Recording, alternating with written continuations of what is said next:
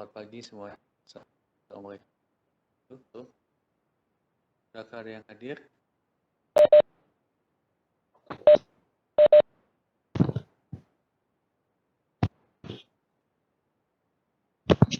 Pertama kali siapa? Silakan. Ya, dari saya dulu ya. Tapi sebelumnya, ini baru ada Ibu Tia, Pak Gatot, udah join atau belum ya?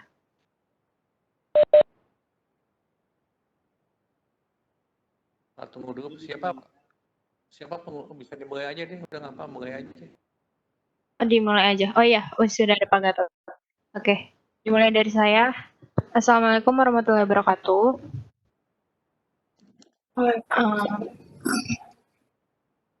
Perkenalkan, nama saya Rano Samahdia. Saya akan mempresentasikan tentang proposal penelitian saya yang berjudul Bentar, share konten dulu. Oke, sudah terlihat di layar ya.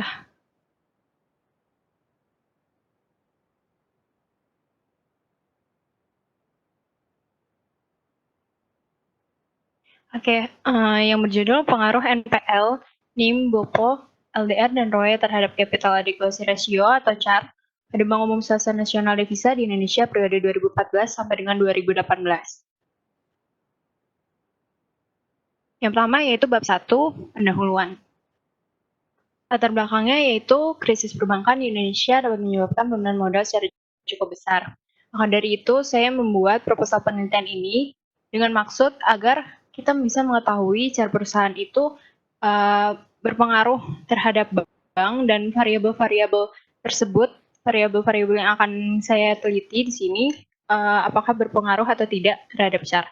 Capital Adequacy Ratio sendiri itu adalah kemampuan atau cara bank untuk mengukur modal bank demi memenuhi kebutuhan deposan dan menjaga stabilitas dan efisiensi sistem keuangan.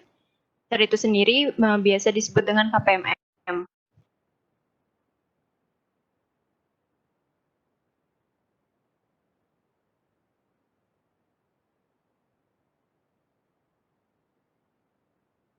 Lalu aturan yang mengatur KPMM, yaitu yang pertama ada POJK nomor 11 atau POJK.03 atau 2016, yaitu tentang kewajiban penyediaan modal minimum bank umum bahwa dalam rangka menciptakan sistem perbankan yang sehat dan mampu berkembang serta bersaing secara nasional maupun internasional.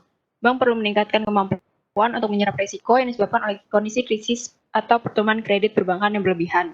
Yang kedua itu diatur di PBI nomor 14 atau 18 atau PBI atau 2012 pasal 2 ayat 1 dan 2 bahwa bank wajib menyediakan modal minimum sesuai profil risiko. Penyediaan modal minimum sebagaimana yang dimaksud dihitung dengan menggunakan rasio KPMM.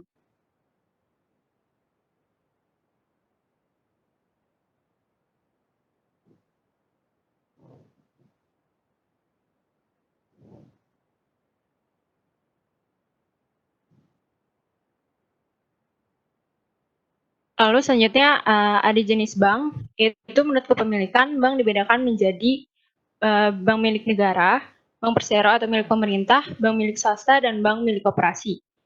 Lalu yang akan saya teliti di sini adalah Bank Umum Swasta Nasional Devisa, yaitu bank yang sebagian besar modalnya dimiliki oleh pihak swasta non-asing dan dapat melakukan transaksi dengan luar negeri atau berkaitan dengan falas.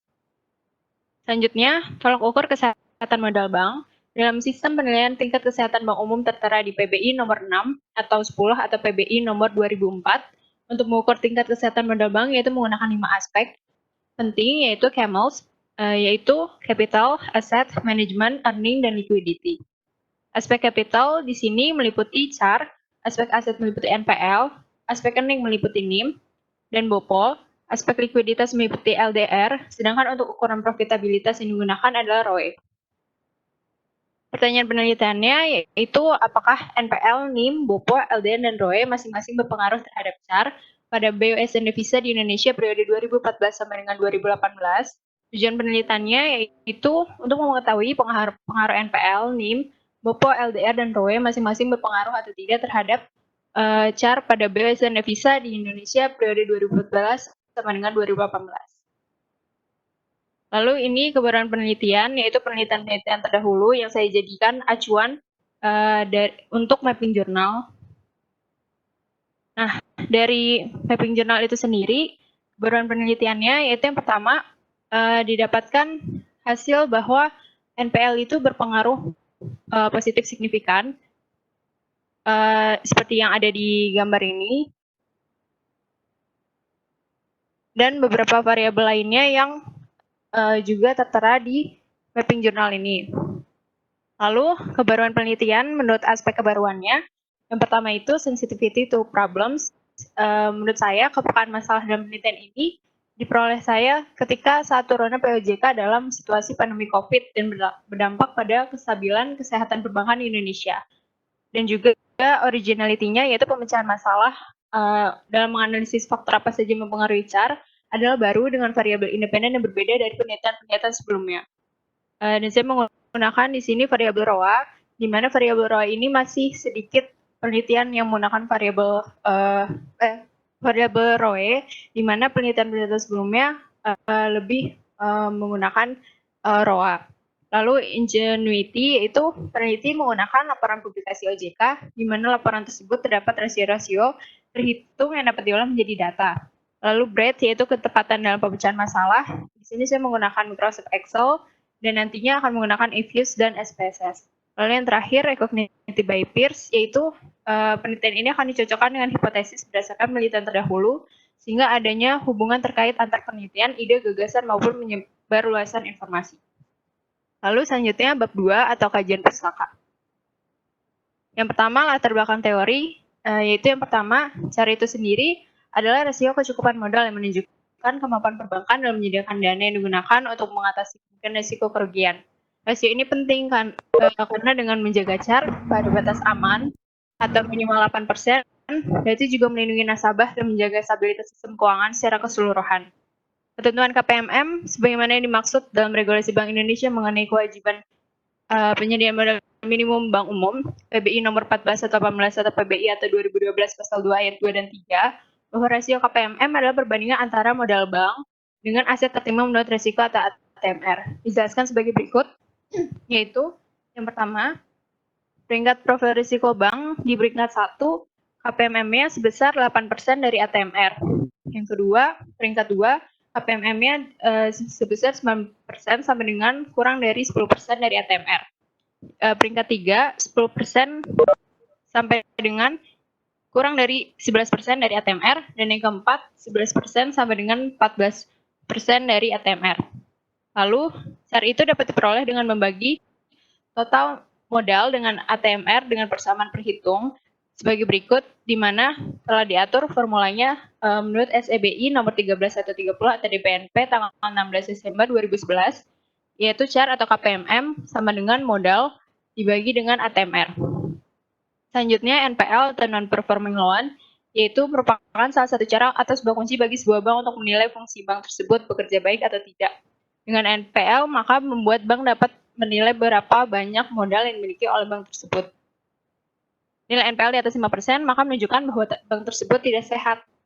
Dan persamaan perhitungan NPL itu dapat diperoleh dengan persamaan sebagai berikut, di mana diatur di SEBI nomor 13/30 atau DPNP tanggal 16 Desember 2011, yaitu NPL net sama dengan kredit bermasalah dikurang dengan CKPN kredit dibagi dengan total kredit.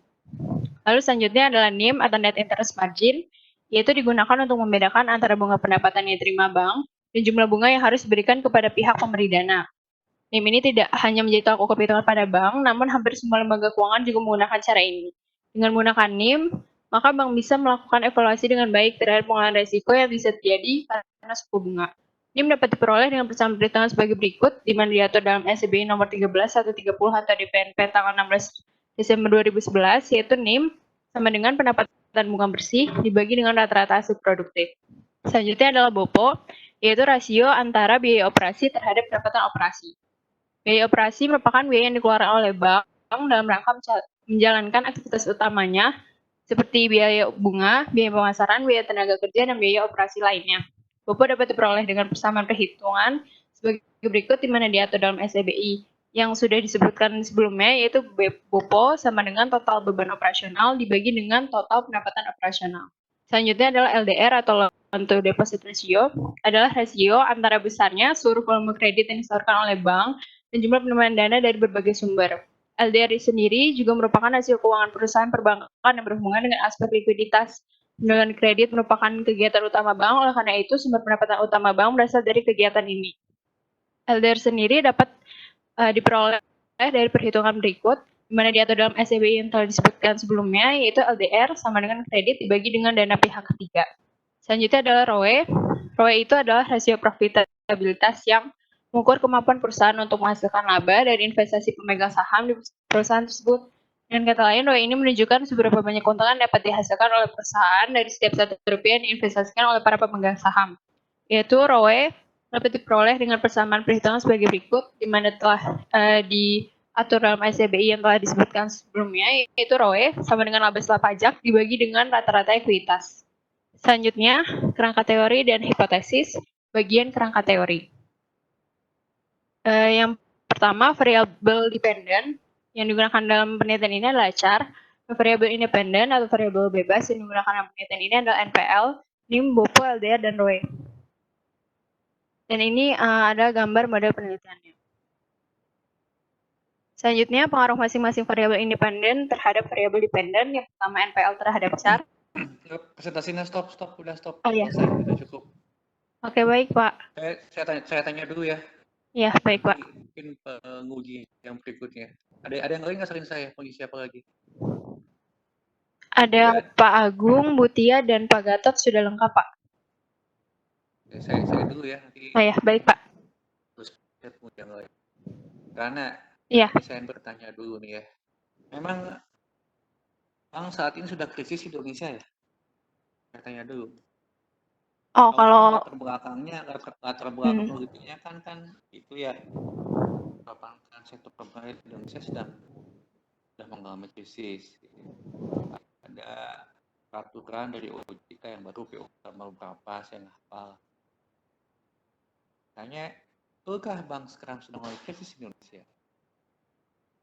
Oh, kalau dari menurut pandangan saya sendiri sih Pak belum krisis. Namun nantinya jika tidak bisa ditangani dengan baik gitu ketika dalam kondisi COVID seperti ini, yang pasti pemasukan di setiap perusahaan akan berkurang.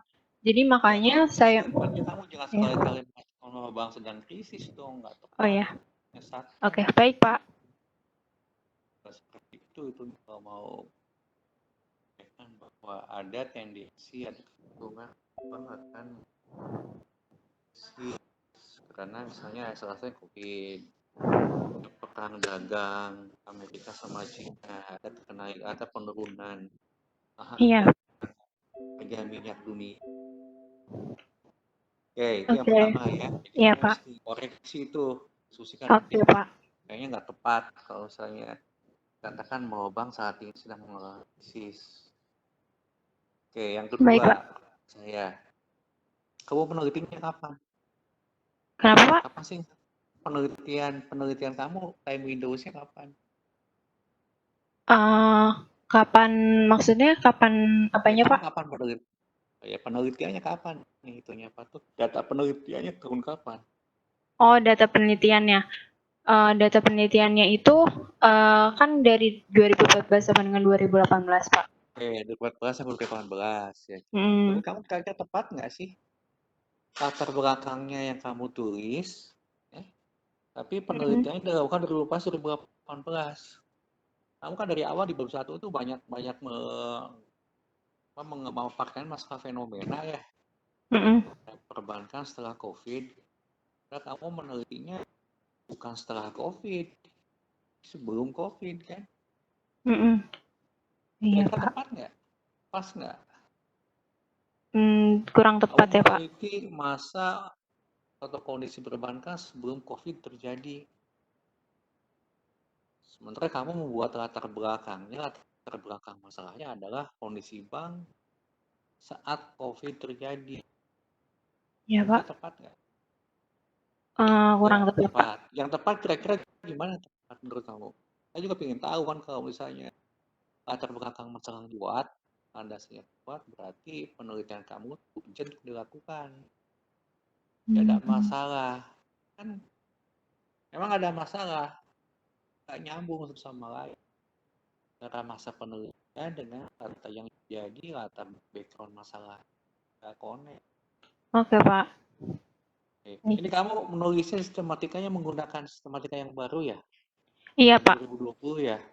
Iya, Ya? pedoman terbaru. Salah. Oh, Nah, saya berikutnya nih, bagi saya sih nggak mau masalah kan mau pakai sistematika yang baru atau yang lama, masalah kayak penulisannya saja sudah. Yang penting saya sih bukan urutannya ya, konsekuensi tapi kontennya. Ini kan tesis ya, tesis surat sarjana. Sejelas ada dasar teorinya, jadi latar belakang masalah itu jangan ceritakan fenomena. Kalau fenomena itu hanya data tambah saja, yang kamu harus ukur itu adalah urgensi topik ini perlu diteliti. Jadi pendekatannya lebih ke empirical research, bukan sekedar fenomena. iya, Pak. Menurut kamu apa sih yang menjadi motivasi topik ini perlu ditulis selain dari masalah COVID? Kalau dari saya sendiri, bank itu kan butuh modal ya, Pak. Jadi makanya saya menelitikan ini, apakah bank tersebut itu modalnya sudah cukup dan apakah variabel-variabel yang saya teliti ini berpengaruh tidak ke kecukupan modal dari bank tersebut, seperti itu, Pak. Kan lebih ke aspek good practice-nya ya, ke aspek teoritisnya. Ke aspek teoritisnya gimana? Kamu kan lebih banyak bukti kalau teori. Kalau yang skripsi itu banyaknya ya aja aspek teoritisnya kan. Aspek teoritisnya apa sih? Itu ditulis oleh kamu kira. Iya, Pak.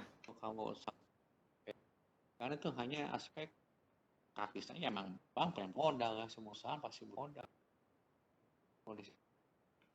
Sekarang itu guncang the triple Iya, hits Pak.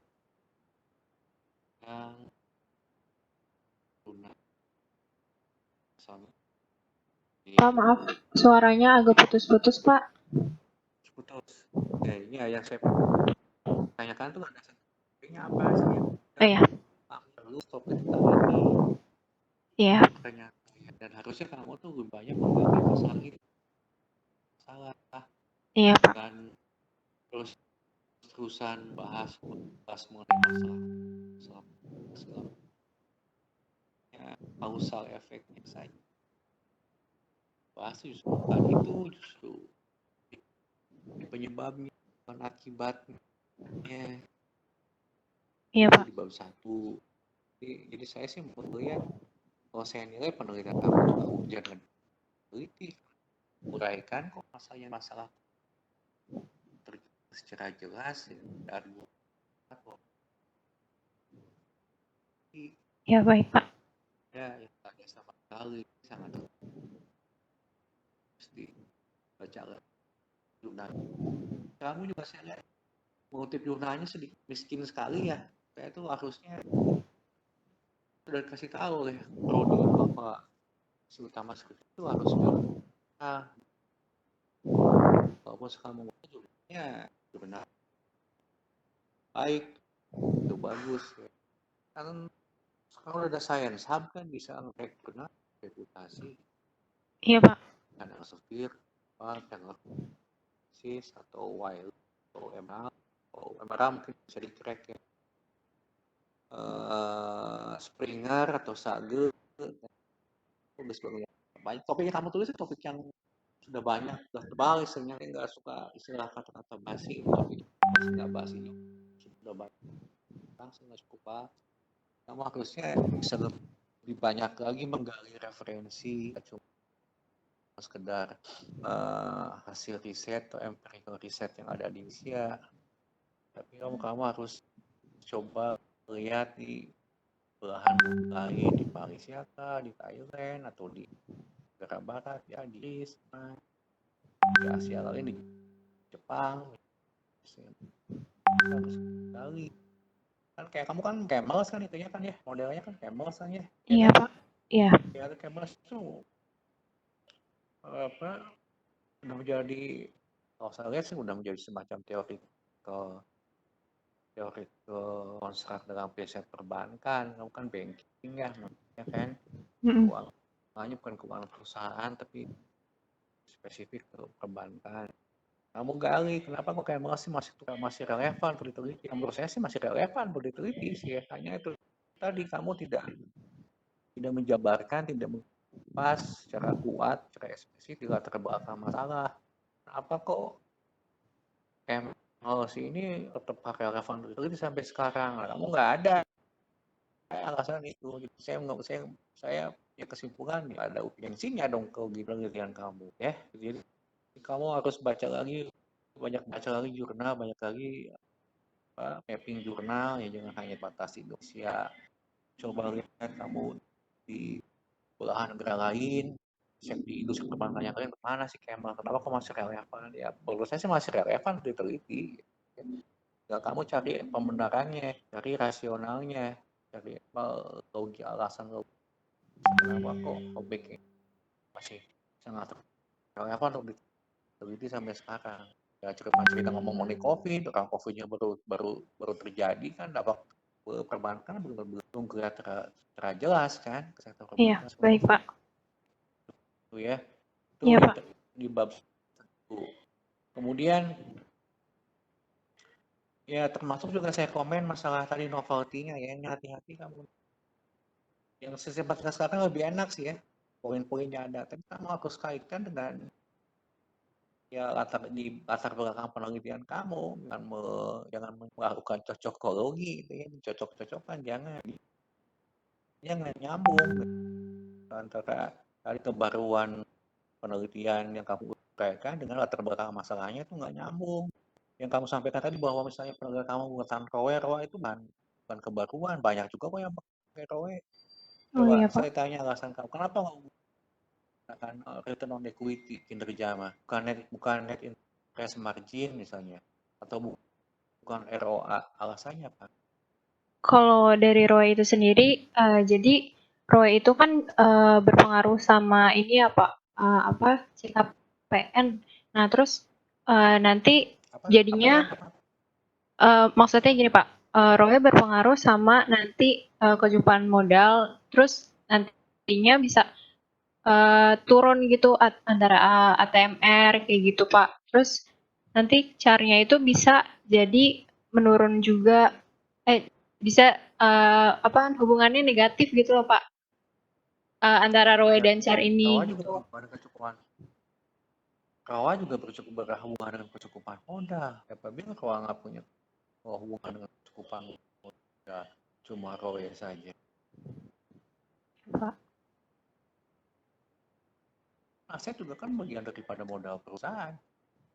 Aset yang dibeli dari modal perusahaan sendiri, itu bukan dari apa itu kayak kecukupan modal juga.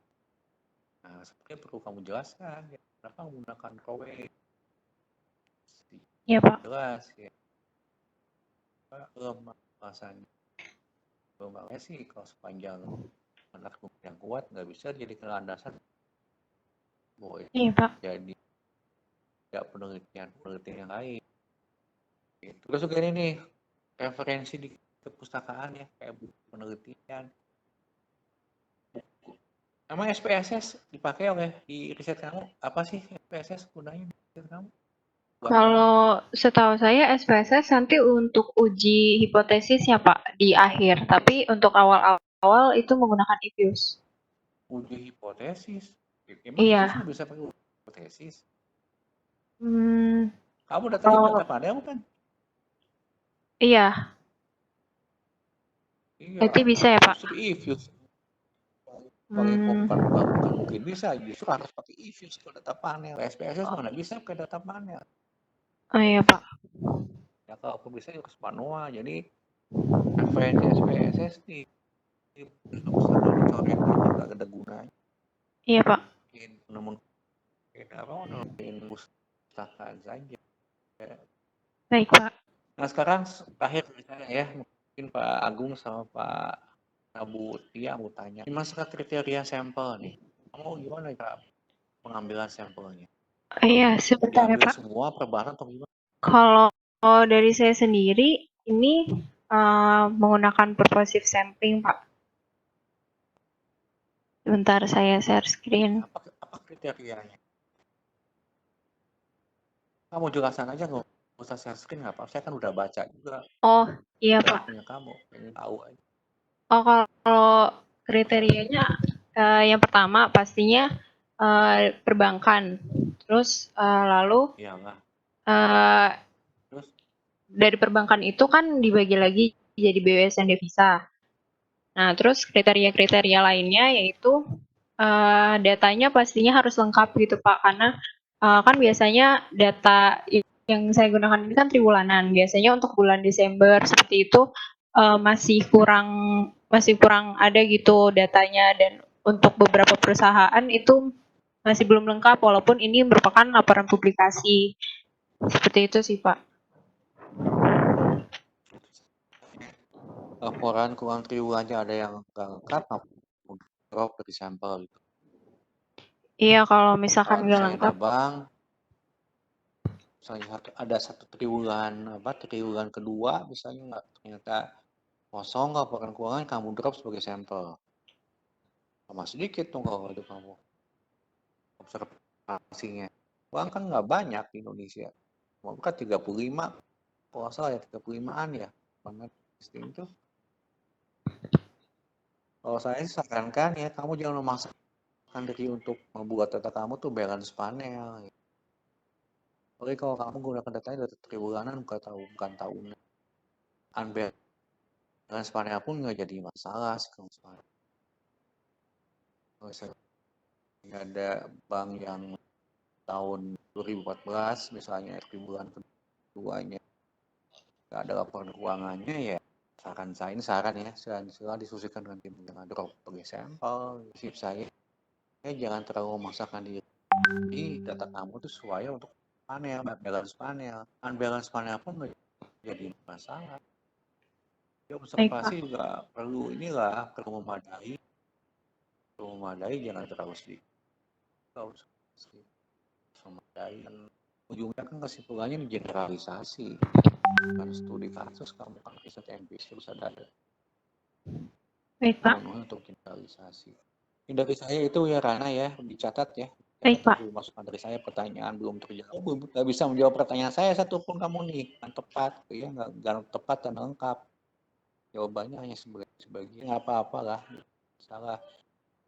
Penting ya sudah dapat ya, walaupun baru berapa persennya, tapi sudah dapat. Kalau diskusikan dengan tim dari saya mungkin selesai ya, mungkin Baik Tia Pak. atau Pak Agung yang hanya silakan.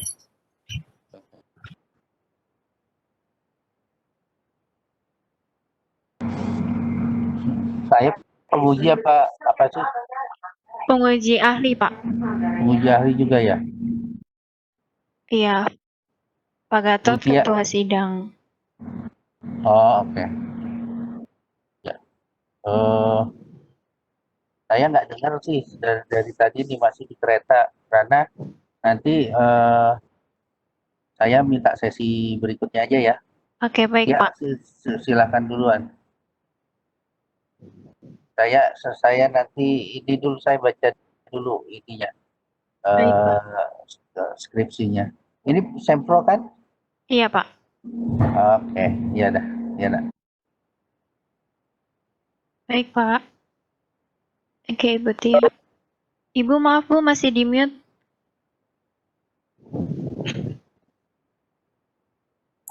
Karena tadi saya sebagian suara Pak Gatot kecil banget, jadi kayak miss. Cuma saya yang dengarnya tadi kayaknya yang latar belakangnya sih sama Pak Gatot. Iya. Kayaknya yang bermasalah yang COVID itu, tujuan kamu juga belum jelas penelitiannya ya? Iya Pak. Iya Bu. Oke. Terus yang sampel tadi gimana ya? Yang sampel ya Bu? Iya, tadi sebenarnya saya juga mau nanyakan itu sih, yang sampel. Tadi Pak Gatotnya sudah beri saran tadi. Karena suara Pak Gatot kecil banget, mas saya kalau misalnya sarannya udah ini, Sarannya tadi apa? Sarannya dari Pak Gatot untuk sampel kan triwulanan. Terus ada kriteria-kriteria yang misalkan ada yang kosong itu nanti jadinya sedikit gitu Bu untuk Oke, kriteria. berarti udah beberapa udah, terus em, yang tabel penelitian terdahulunya Ya Bu. itu mending kamu pisahkan aja yang tabel penelitian terdahulunya tuh jadi tabelnya kayak di hasil nanti kamu bagi lagi hasilnya apa aja. Jadi kayak sumber, sampel, populasi itu dalam satu kolom aja. Jadi nanti hasilnya ada berapa variabel independen kamu? Ada 5. Ada lima, Ya. berarti nanti ada 5 terus kamu tinggal tulis aja positif signifikan, negatif signifikan. Jadi kelihatan kalau ini kan hasilnya langsung kamu gabungkan berapa Iya. variabel. Nanti kamu Untuk pisahkan aja. hasil dipisah gitu ya Bu. Iya, heeh. Terus um, daftar pustaka kamu dikit banget itu, cuma ada beberapa daftar pustakanya. Daftar pustakanya berarti dibanyakin lagi gitu ya Bu. Ya harusnya ada tambahan lagi untuk daftar pustaka karena kan kalau misalnya di hasil biasanya kan kita emang nggak terlalu banyak terlalu banyak dari daftar pustaka, biasanya kan dari penelitian terdahulunya. Ini daftar pustakanya masa kamu dari proposal masa kamu cuma ada 1 2 3 4 5 6 7 cuma 7 daftar pustaka. Seharusnya kan penelitian terdahulu juga kamu masukkan sebagai daftar pustaka juga. Oh iya baik Bu. Terus ada beberapa yang saya pengen penjelasan yang di hipotesisnya, yang di hipotesis untuk variabel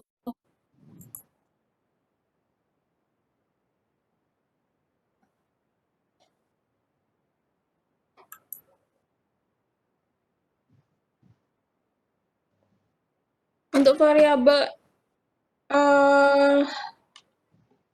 yang kamu ubah apa sih yang kamu WA ke saya itu Oh hipotesisnya? iya. Jadi gini Bu, awalnya kan NPL sama ROE itu kayak masih rancu kan Bu, terus menurut saya sendiri itu berpengaruh negatif terhadap CHAR dua-duanya Bu. Karena kalau misalkan NPL itu yang pertama, NPL itu kan NPL yang tinggi itu akan mengurangi laba suatu bank, jadi berimplikasi mengurangi modal bank dan pada akhirnya akan mengurangi CHAR suatu bank. Oke. Yang Nah, lainnya? terus kalau ROE itu berpengaruh sama ATMR. Jadi kalau ROE naik, ATMR naik. Nah, sementara rumus dari CHAR itu sendiri adalah modal dibagi ATMR. Jadi semakin naik ATMR, semakin turun CHAR-nya begitu, Bu. Menurut saya negatif dua-duanya. Ya pas banget saya mau nanya itu kamu udah ganti. Terus yang teorinya diperdalam lagi. Terus seharusnya kalau misalnya di bank itu kan biasanya ada standar persentasenya. Kayak misalnya NPL, kayak NPL, NIM, itu biasanya mereka ada standarnya. Kayak ketika kamu berikan standar di capital adequacy ratio-nya, itu kan ada standar dari Bank Indonesia. Nah, itu harusnya kamu juga ada standar-standarnya. Jadi ketika kamu nanti running untuk statistik deskriptifnya, kamu tahu apakah memang beberapa perusahaan itu dia NPL-nya standarnya di mana, apakah dia sehat, kurang sehat, atau tidak baik, seperti itu. Baik, Bu. Atau Berarti baik. acuan standar persentase Iya, harusnya variabel. ada. Biasanya kalau di bank pasti mereka ada standar acuannya. Jadi ada berapa misalnya berapa persennya. Nah, itu yang harus kamu masukkan di situ di teorinya. Baik, Bu. Terus dan tabel sampel itu tadi yang sesuai dengan Pak Gatot, dan kalau bisa sebenarnya nggak usah buatnya seperti ini. Jadi kamu masukkan aja kriterianya. Jadi per kriteria tuh berapa. Jadi misalnya kayak kayak misalnya nanti ada bank BUSN tuh totalnya berapa, terus nanti yang nggak ada datanya berapa, kamu sortir aja. Kamu nanti pakainya balance atau unbalance akhirnya? Terakhirnya tuh nanti saya masih bingung juga sih Bu kalau misalkan balance itu kayak gimana ya Bu? Kalau balance berarti kalau misalnya ada data dalam 5 tahun, berarti semua perusahaan 5 tahun harus ada. Tapi kalau unbalance, kalau misalnya dia hanya datanya dalam 1 tahun, di 5 tahun kita tetap pakai datanya, itu unbalance. Oh, saya balance Bu. Berarti nanti kalau untuk sampelnya itu seperti delisting gitu ya Bu? Misalkan kriteria 1 berapa, terus nanti kurang lagi gitu. Iya, makanya nanti tabelnya juga, jadi nggak usah persatuan kayak gini. Apalagi kalau balance tuh udah jelas berapa totalnya, terus berapa yang akan kamu berapa yang nggak, misalnya nggak ada datanya berapa, terus nanti baru berapa total sampel, baru tinggal kalian observasi. Jadi nggak banyak kayak gini. Padahal kalau kayak gini kan juga sama aja, orang kamu balance datanya. Iya, Bu. Jadi angkanya diulang-ulang aja gitu ya. Harusnya satu aja. Kalau ini kan kamu cuma ngulang aja. Paling kalau misalnya kamu udah sortir kriteria sampel, paling hanya sekitar 4 row lah palingan. Nggak sampai sebanyak ini. Baik, Bu. Terus udah sih paling yang tadi itu yang memang ini banget, yang nggak kelihatan di latar belakang kamu itu, yang tadi udah disampaikan Pak Gatot juga, kalau saya juga di situ juga. Kayak misalnya kamu kurang penjelasan di CHAR-nya, kamu malah justru banyak di banknya, terus nggak ngaruh di COVID-nya, padahal data kamu sebelum COVID. Terus dan itu juga penelitian, pro kontra penelitiannya juga kamu juga belum masuk di latar belakang ya kan. Kamu justru masuknya di kebaruannya. Baik. Udah itu aja. Baik, terima kasih Bu.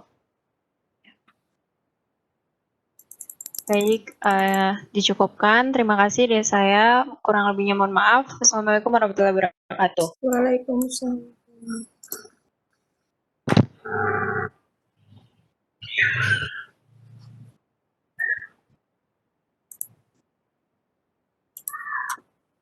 Lanjutnya bisa Parahan ya? Yang lain belum datang tuh. Parahan di Bu Tia juga kalau salah. Enggak Pak, saya sekretaris Bu Destria, penguji ahlinya Bu Umi Pak. Oh, Bu Umi belum datang ya? Bu Umi besok Pak, Bu Destria nanti jam 1 Pak. Dengan saya aja kalau gitu. Ya Pak. Biar nanti sekali itu yang minta segala macam ya. Ya Pak. Ya. Baik Pak. Saya sudah bisa saya mulai ya Pak.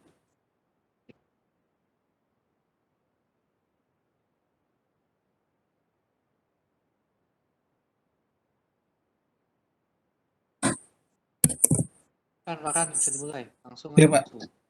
10 menit. Baik.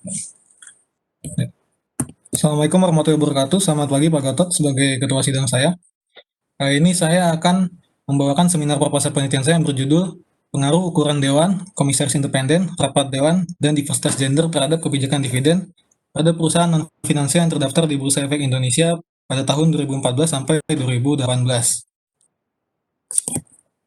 Dimulai dari latar belakang masalah, di mana pada perusahaan yang sistem kepemilikannya terdiri dari banyak pemegang saham, membuat setiap masing-masing pemegang saham tidak dapat turut serta secara langsung dalam mengelola atau mengawasi jalannya perusahaan, sehingga para pemegang saham perusahaan mendelegasikan peran tersebut kepada para dewan pimpinan yang dianggap memiliki kapabilitas yang mumpuni untuk mengelola perusahaan.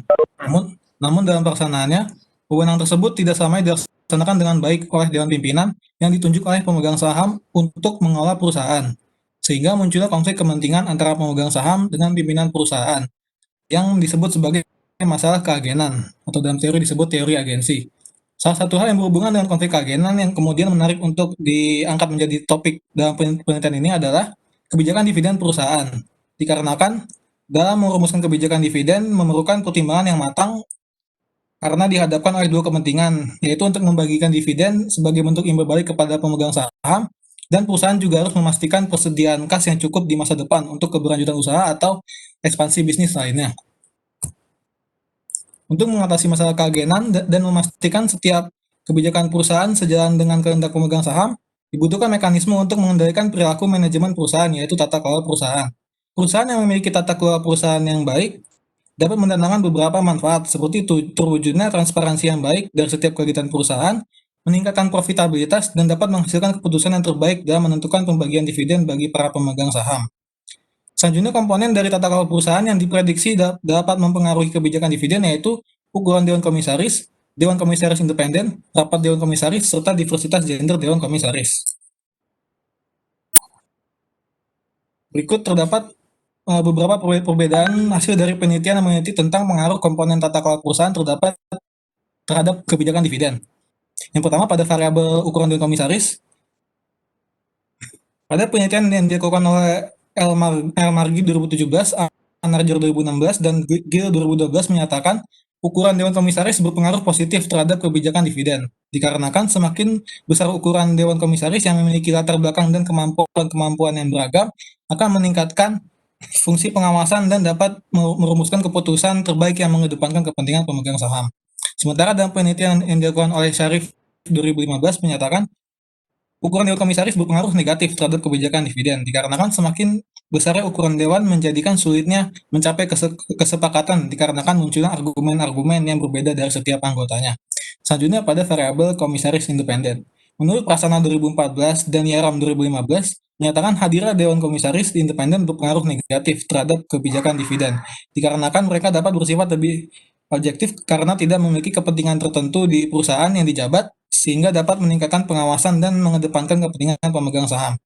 Sementara dalam penelitian yang dilakukan oleh Senner 2019 menyatakan komisaris independen berpengaruh negatif terhadap kebijakan dividen yang dilandasi oleh teori substitusi, di mana ketika perusahaan memiliki dewan komisaris independen yang lebih sedikit, cenderung meningkatkan pembayaran dividen dalam rangka menutupi tata kelola perusahaan yang buruk. Terus selanjutnya pada komponen tata kelola perusahaan berikutnya yaitu rapat dewan komisaris. Dalam penelitian yang dilakukan oleh Prasanna 2014 menyatakan rapat dewan berpengaruh positif terhadap kebijakan dividen, di mana semakin banyak frekuensi dari rapat dewan yang dilakukan dapat menghasilkan pengambilan keputusan yang berkualitas dalam penentuan keputusan-keputusan yang bersifat strategis, salah satunya tentang kebijakan dividen. Sementara dalam penelitian yang dilakukan oleh El Magori 2017, Benjamin 2015, dan Mehdi 2017 menyatakan rapat dewan berpengaruh negatif terhadap kebijakan dividen yang didasari oleh teori substitusi, di mana pembayaran dividen dilakukan untuk menutupi tata kelola perusahaan yang buruk. Dalam hal ini, semakin sedikitnya frekuensi rapat yang dilakukan oleh Dewan Pimpinan Perusahaan. Lalu, komponen tata kelola perusahaan yang terakhir adalah diversitas gender Dewan Komisaris. Menurut Y 2019 dan Chen 2017 menyatakan diversitas gender berpengaruh positif terhadap kebijakan dividen, dikarenakan dengan hadirnya berbagai perspektif dari keberagaman gender yang ada di jajaran dewan dapat menghasilkan keputusan yang baik dalam mengedepankan kepentingan pemegang saham serta mengatasi masalah keagenan. Sementara dalam Magri 2017 dan Said 2017 menyatakan diversitas gender berpengaruh negatif terhadap kebijakan dividen yang dilandasi oleh teori substitusi, di mana kebijakan dividen digunakan untuk mengkompensasi tata kelola perusahaan yang buruk. Dalam hal ini jajaran dewan yang tidak terdapat keberagaman di dalamnya.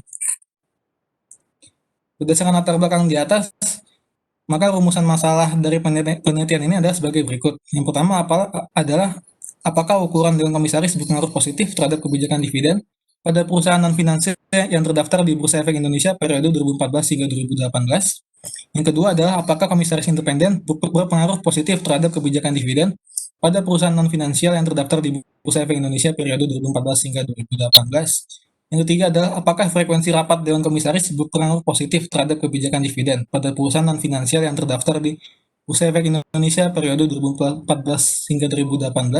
Serta yang terakhir adalah apakah diversitas gender Dewan Komisaris berpengaruh positif terhadap kebijakan dividen pada perusahaan non-finansial yang terdaftar di Bursa Efek Indonesia periode 2014 hingga 2018.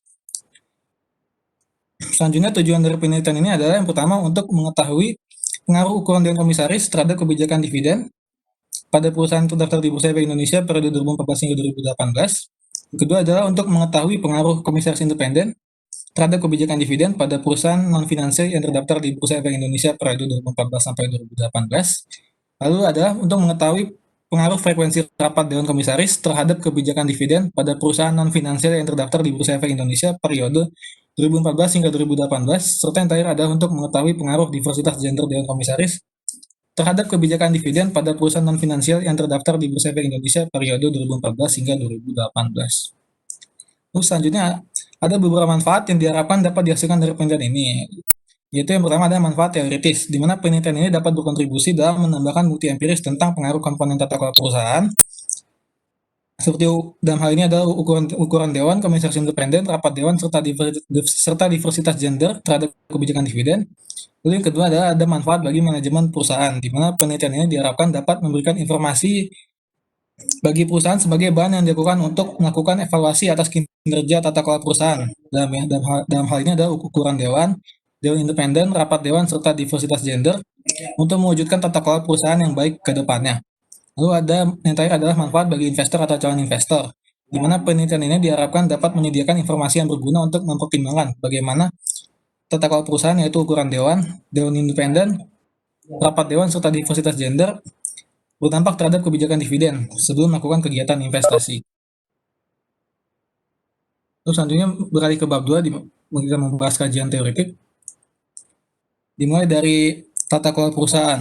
Menurut Becker 2010 menyatakan tata kelola perusahaan mencakup beragam sistem, proses, dan prosedur yang berupaya mengatur hubungan antara manajer dan pemegang saham, dan diantara semua pemangku kepentingan perusahaan pada umumnya. Lalu, sementara menurut Halim 2014 menyatakan tata kelola perusahaan berkaitan dengan mekanisme di mana para pihak pemangku kepentingan di dalam perusahaan melakukan tindakan pengendalian terhadap orang-orang dan pimpinan yang ada di perusahaan, sedemikian rupa dalam rangka melindungi kepentingan pemilik. Tata kelola perusahaan yang baik memiliki 4 prinsip, yaitu yang pertama adalah akuntabilitas, yaitu mengawasi peran dan tanggung jawab dari manajemen perusahaan agar dapat mempertanggungjawabkan setiap Ke bab 3 tindakan. aja, langsung ke bab 3 ini. Baik, Pak. Bab 3 udah mau 10.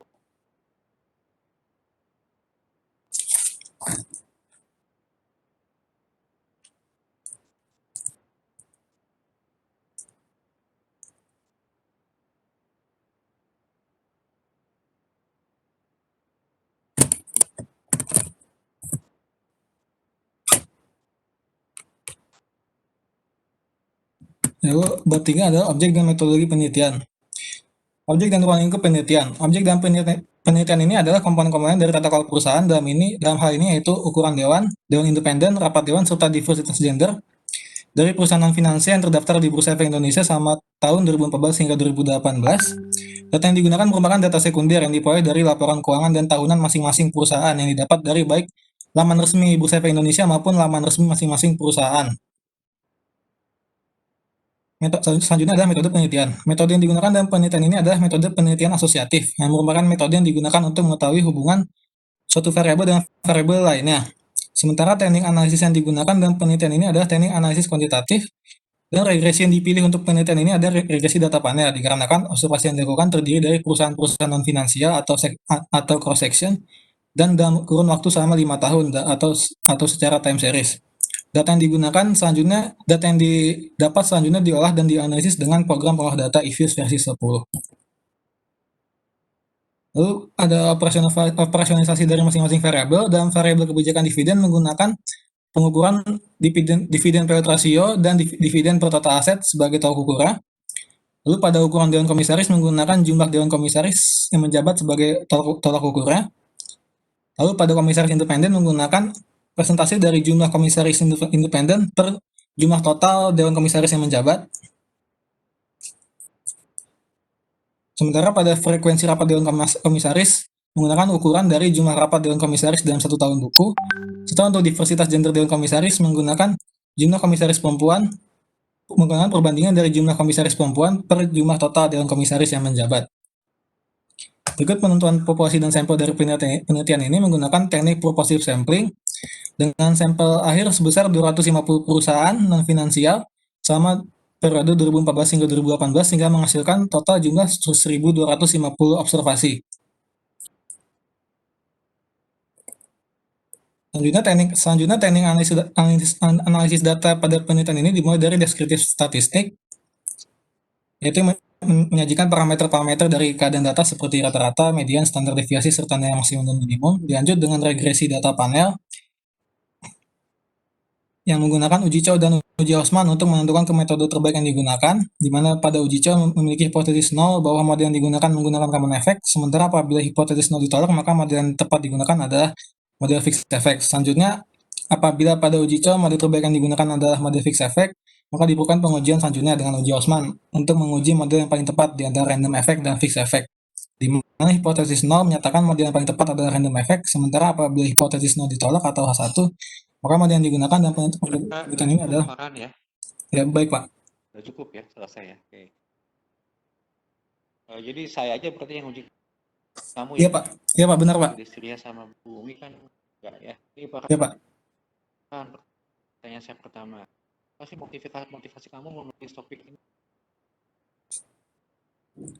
Motivasi saya adalah karena Indonesia menganut sistem two-tier system untuk tata kelola perusahaan atau dewan pimpinan perusahaannya, sehingga saya ingin menguji apakah peran dewan komisaris yang tugasnya untuk mengawasi kinerja atau keputusan manajemen itu apakah efektif, terutama dalam rangka dalam mengukur bagaimana keputusan dividen yang dikeluarkan oleh pihak manajemen.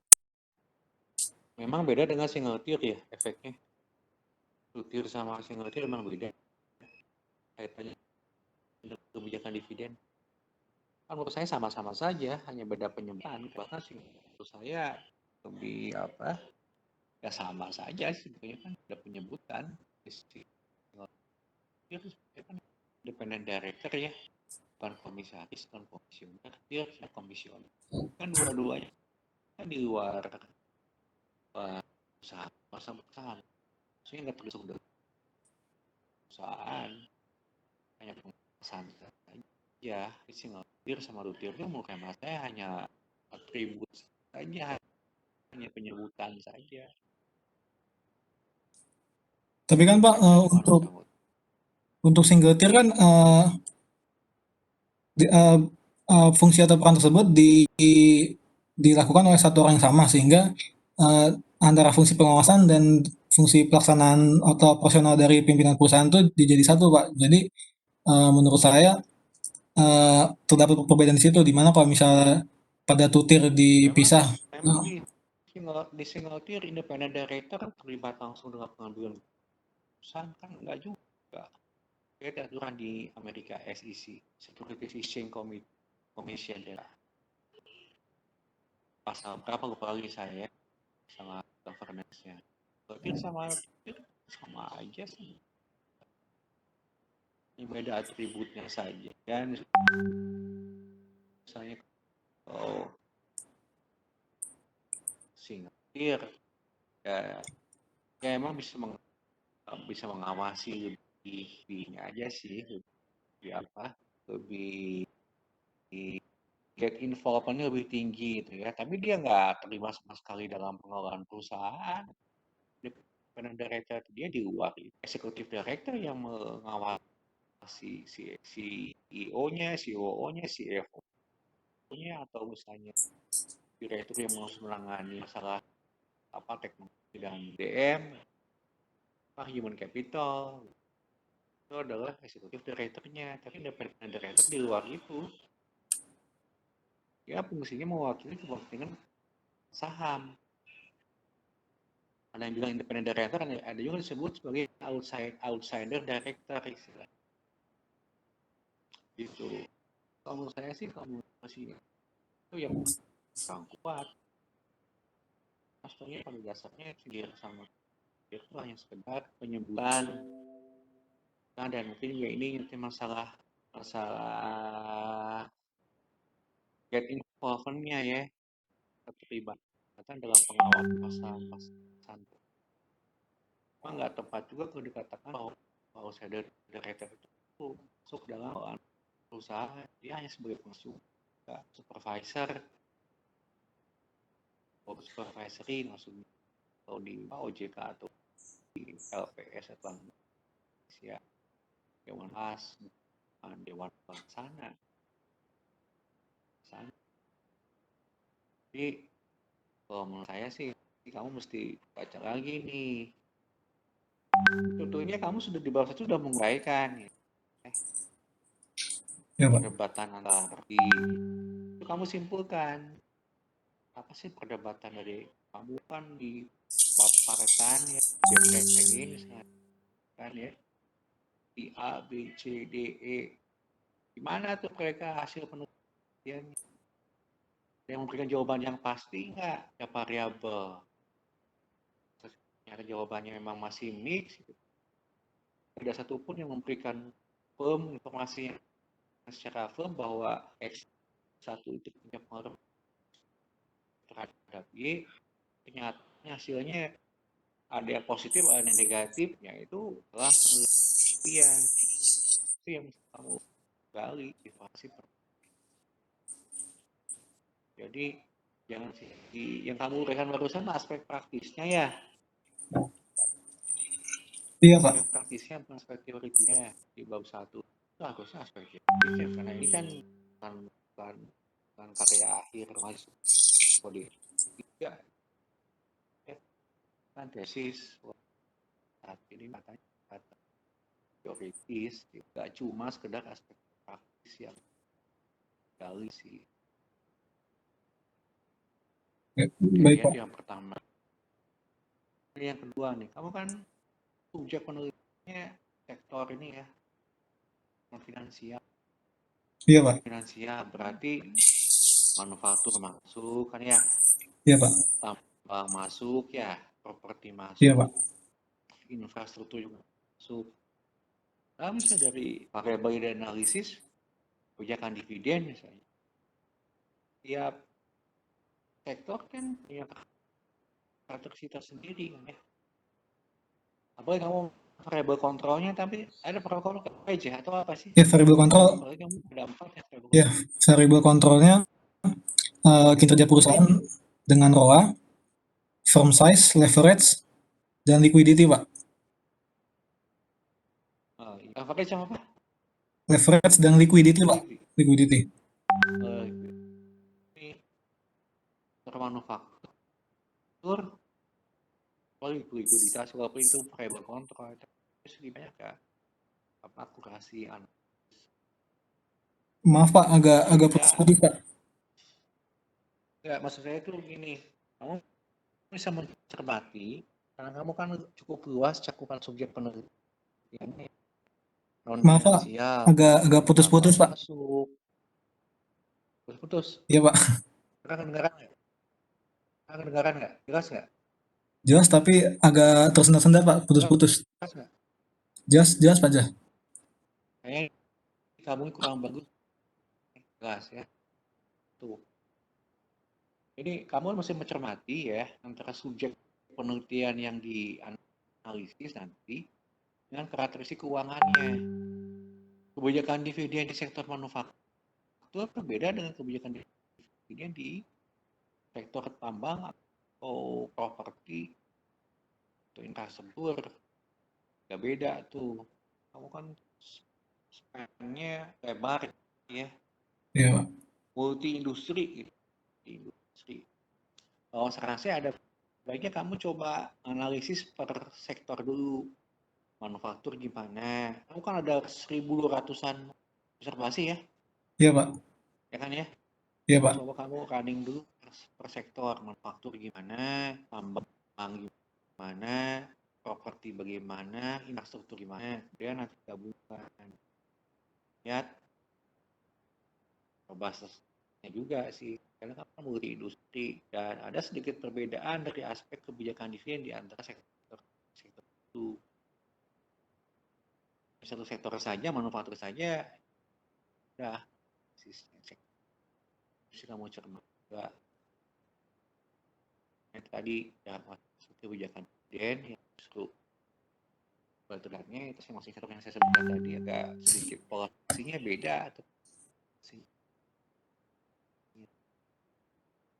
kamu independen variabelnya murni tentang corporate governance ya Iya, Pak. kan Iya, Pak. nggak ada predami ya variabel bebas nggak ada dami kan semuanya parameter Iya, Pak. semi parameter dengan parametrik ya Iya, nggak ada dummy, Pak. ya.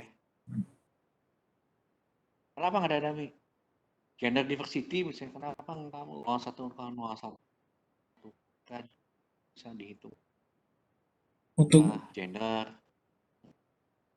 Karena untuk gender saya pengen melihat dari sini ya Pak, dari sisi presentasinya Pak. Jadi berapa besar persentase gender wanita yang menjabat. Jadi saya tidak menggunakan dummy Pak. kan itu sih itu jawabannya itu jawabannya kamu mesti baca lagi buku Jarati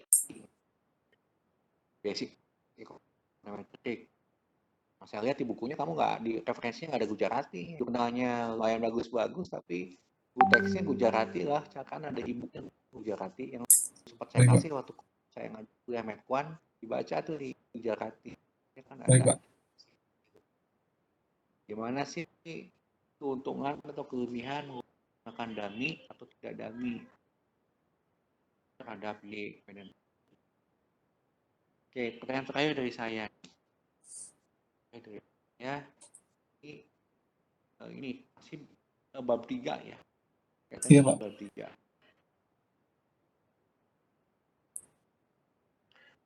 Kalau ternyata misalnya ada perusahaan yang komisarisnya nggak ada yang wanita gimana? Atau gini, misalnya kamu kan berapa tahun kan ya, Iya, Pak. time seriesnya kan tahunan ya. Misalnya tahun ke-1, kedua, ketiga ada komisaris yang duduk, ada komisaris yang duduk, ada wanita yang duduk sebagai komisaris ya. Iya, Pak. Ada gendernya. Karena perusahaan yang sama di tahun ke-4 ke-5 komisarisnya nggak ada yang perempuan gendernya. Itu kamu masukkan sebagai sampel nggak? Saya masukkan sampel, Pak, sebagai nol. Oh no, itu yang nol Iya, Pak. ya. Nggak Iya, Pak. dilihat jadi nggak dijadikan sebagai unbalance panel gitu. Saya jadikan balance, Pak. Jadi yang kamu ambil saya terbalance. Kenapa Iya, harus Pak. balance? Kenapa harus balance?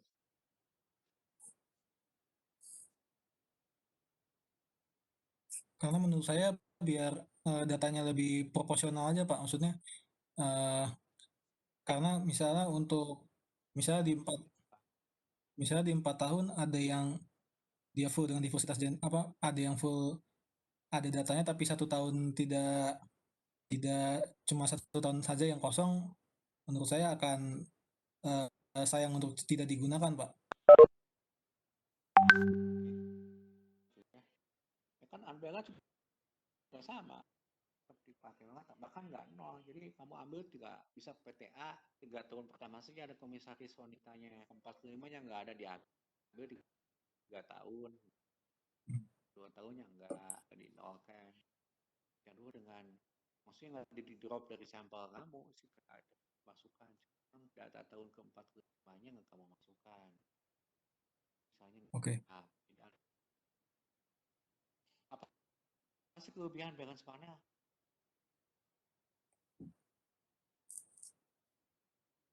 Dapat memberikan cakupan data yang lebih luas, Pak.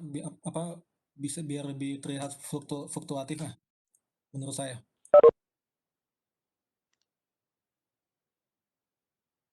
Fluktuatif apa?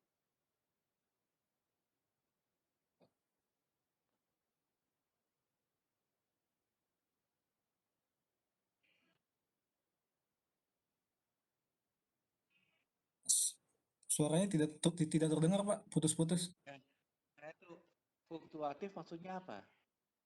Kamu bilang kan bisa melihat fluktuasi data. Maksudnya apa? Biar bisa lebih lihat variasi data ya, Pak. Jadi biar bisa lihat perbedaan dari satu sampel terhadap sampel lainnya. Dari sisi apanya?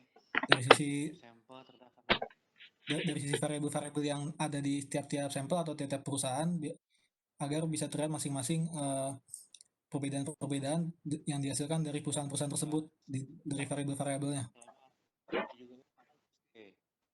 kamu mesti baca buku Gujarati. Pasti yang menjadi kelebihan kalau kita menggunakan analisisnya balance panel ya, atau panel analisis. Baca di Gujarati ada. Bandingkan dengan misalnya yang unbalance. Unbalance sih dia pukul data kan ya. Kalau balance panel tetap apa ya, perbedaan variasi waktu, variasi ukuran perusahaan tadi. Jadi saya mungkin udah gitu aja ya. Ya, Pak. Pak, sebelumnya saya mau sedikit bertanya, Pak. Tadi untuk yang menganalisis karakteristik dividen dari tiap-tiap sektor itu hasil akhirnya maksudnya saya membuat perbandingan secara teoritisnya atau hasilnya kamu running dulu per industri, per sektor, manufaktur gimana hasilnya. Berarti datanya tetap seperti yang awal, tapi saya pas di olah datanya per sektor dulu. Di running per sektor. Per sektor dulu, terus nanti di running keseluruhan. Ada perbedaan nggak signifikan nggak? Ini saran saja dari saya. Kamu diskusikan nanti paham saya. Oh, baik, Pak. Kalau aja ya. Berarti kalau dari perbedaan-perbedaan itu outputnya saya masukkan saya bandingkan gitu Pak, karakteristik dari data-datanya itu saya bandingkan gitu ya Pak. Iya, bukan karakteristik datanya, karakteristik hasil analisisnya gimana Ya maaf Pak, di tiap yang industri. maksud saya hasil hasil analisisnya Pak. Hmm. Tapi Oke. hasil akhir dibuat satu kesimpulan dari gabungan atau memang untuk sektor ini Ya, hasil datanya gitu? tim pemimpin kamu lah. Oh, baik Pak, Diskusikan dengan tim pemimpin kamu ya, gimana itunya. baik Pak, baik Pak, Harusnya ya. Ya. ya Pak, Terus, baik Pak. Terima kasih Pak.